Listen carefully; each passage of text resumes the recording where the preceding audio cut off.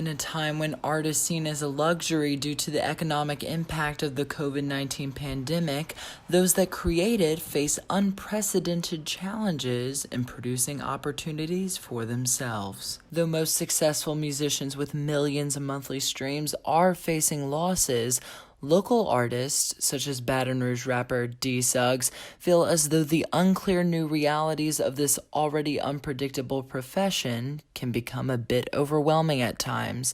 Many are trying to utilize this time as best as possible, however, with D-Suggs learning how to better establish himself in the music industry. So I used this since we couldn't do any more shows and everything was being canceled. I just used the time that we had to kind of take a break. I think my last song I dropped was in July, or June, and I used the time to kind of like perfect my craft and work on outside ways to build yourself a market. So I studied on ways to market yourself as not only music but as like a brand. With streaming platforms generally paying small percentages per stream, artists on the rise typically depend on live performances to make their living.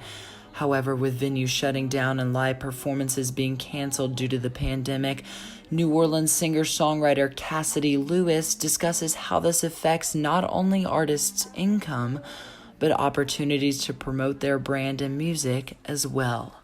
Yeah, the money thing is hard on everybody in the industry because, everything's closed and we're just not able to practice our passions in the same way that we were before, in a way that supported our lifestyles and just supported us at all, because this has been cool for me to do this a lot and also be able to collaborate with musicians and give it more focus. It still isn't quite sustainable. Making a move to a big city in order to pursue a music career can already be nerve-wracking, but when this big step in one's life coincides with a global pandemic, focusing on getting a solid amount of work in an unsteady profession can potentially start to feel even more stressful.